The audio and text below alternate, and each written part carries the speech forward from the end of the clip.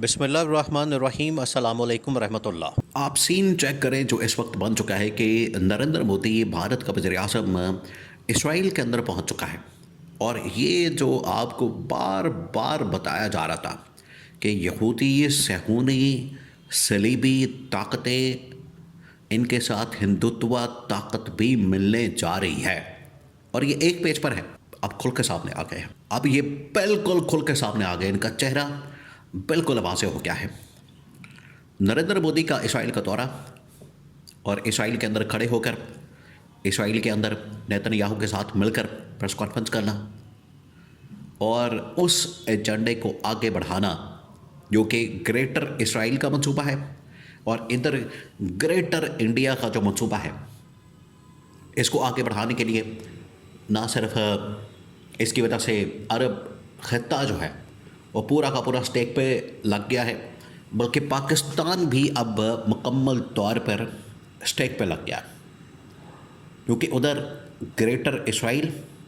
और उसकी वजह से थ्रेट पूरा अरब खत्ता अंडर थ्रेट आ गया है और ग्रेटर इंडिया की वजह से पाकिस्तान अंडर थ्रेट आ गया है।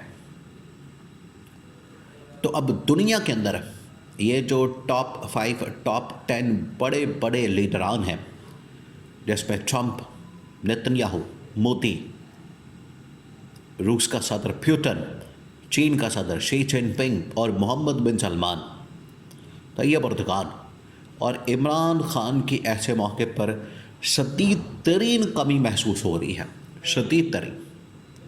क्योंकि जो मौजूदा सूरत हाल है उसके अंदर किसी बड़े लेवल के लीडर की ज़रूरत है। शहबाज शरीफ जैसे, शरीफ ख़ानदान जैसे, ज़रदारी ख़ानदान जैसे, उनके अंदर ये काबिलियत है, अहमियत और हिम्मत नहीं है, उनके अंदर ये अहलियत नहीं है कि वो ये टॉप लेवल के बड़े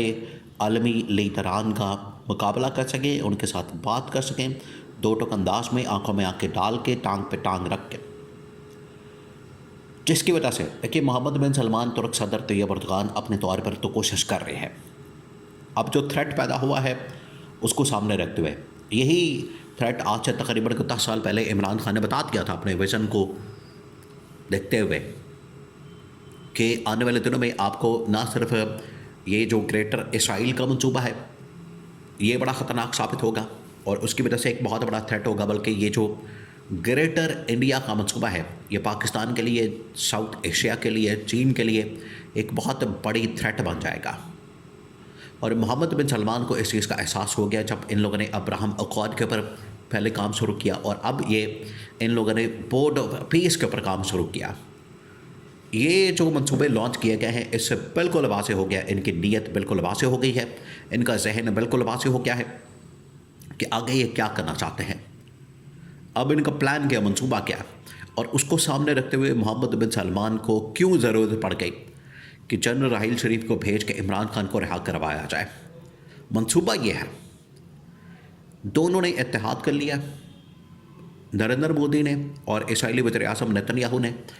और इसराइल ने ग्रेटर इसराइल का जो मंसूबा है उसको आगे बढ़ाने का फ़ैसला किया और इंडिया ने मुकम्मल तौर पर सपोर्ट करने का फ़ैसला किया। सेम वही डील है, डिफेंस के लिहाज से मुकम्मल तौर पर सपोर्ट किया जाएगा, इकोनॉमिक पॉइंट ऑफ व्यू से मुकम्मल तौर पर सपोर्ट किया जाएगा, यानी एक दूसरे को सपोर्ट करना। और इसी तरीके से जो ग्रेटर इंडिया का मंसूबा है उसको इसराइल की सपोर्ट हासिल।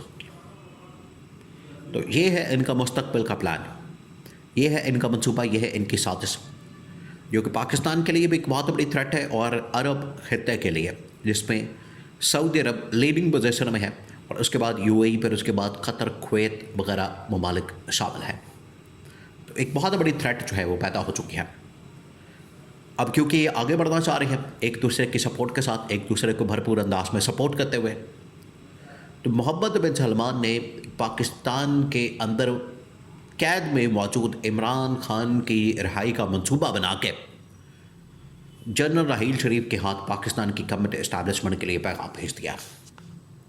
कि वक्त आ गया है, वो वक्त आ गया है कि जब हमें लीडर की ज़रूरत है जो कि आलम इस्लाम का, मुसलमानों का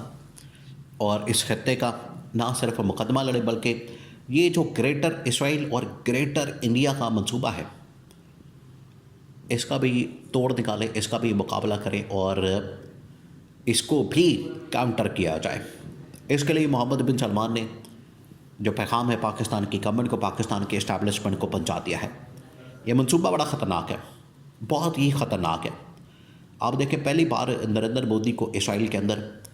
इसराइल का जो सबसे बड़ा सिविल अवार्ड है वो दिया गया। आज तक ये वाला अवार्ड ट्रंप को नहीं दिया गया। आज तक ये अवार्ड किसी और मुल्क के सरबराह को, ट्रंप से ज़्यादा कौन इसराइल का अजीज़ हो सकता है, दोस्त हो सकता है, लेकिन नरेंद्र मोदी को दिया। और उन्होंने वहाँ पर बैठ के, इसराइल ने ऑलरेडी ग्रेटर इसराइल के मंसूबे के ऊपर काम करने के लिए अरब ममालिक को थ्रेट दी। दूसरी जानब दोनों ने मिलकर, इसराइल ने और नरेंद्र मोदी ने, पाकिस्तान को ट्रैप करने के लिए अफ़गानिस्तान की भरपूर सपोर्ट और हिमायत करने का फ़ैसला किया और वहाँ पर ऐलान किया